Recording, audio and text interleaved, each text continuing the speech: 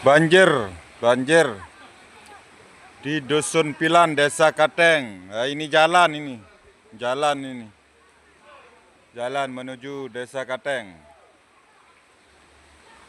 Dari Desa Kateng menuju Embung Bombas, sekitar 7 dusun yang melalui jalan ini. Katanya jalan provinsi.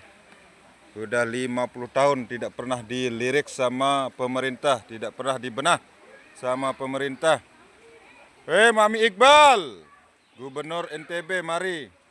Lihat wargamu, warga Lombok Tengahmu. Mami Iqbal, Gubernur NTB, mari. Maaf agak kasar Mami Iqbal, karena kita sudah lelah, sudah capek